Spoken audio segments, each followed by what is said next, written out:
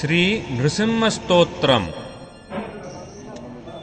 प्रह्लाद उवाच नमस्ते पुण्डरीकाक्ष नमस्ते पुरुषोत्तम नमस्ते सर्वलोकात्मन् नमस्ते तिग्मचक्रिणे नमस्ते पुण्डरीकाक्ष नमस्ते पुरुषोत्तम नमस्ते सर्वलोकात्मन् नमस्ते तिग्मचक्रिणे नमस्ते वासुदेवाय नमस्ते करुणाकर नमस्ते विश्वरूपाय नमस्ते सर्वमूर्तये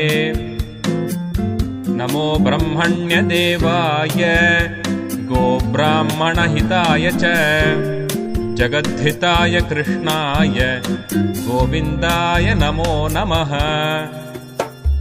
ब्रह्मत्वे सृजते विश्वं स्थितौ पालयते पुनः रुद्ररूपाय कल्पान्ते नमस्तुभ्यं त्रिमूर्तये। देवा यक्षाः सुराः सिद्धाः नागा गन्धर्वकिन्नराः पिशाचा राक्षसाश्चैव मनुष्याः पशवस्तथा पक्षिणस्थावराश्चैव पिपीलिकसरीसृपाः भूम्यापोऽग्निर्नभो वायुः शब्दस्पर्शस्तथा रसः रूपं गन्धो मनो बुद्धिः आत्मा कालस्तथा गुणाः एतेषां परमार्थश्च सर्वमेतत्त्वमच्युत।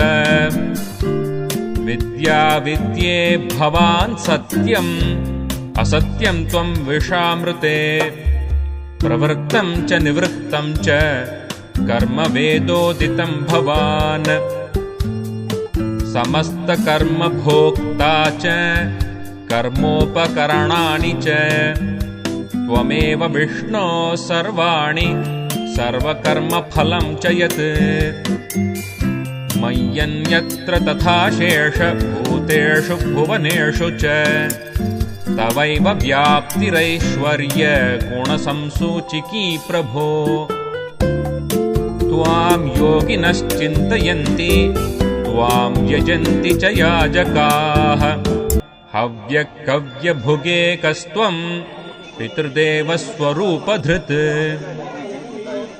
रूपं महत्ते स्थितमत्र विश्वं ततश्च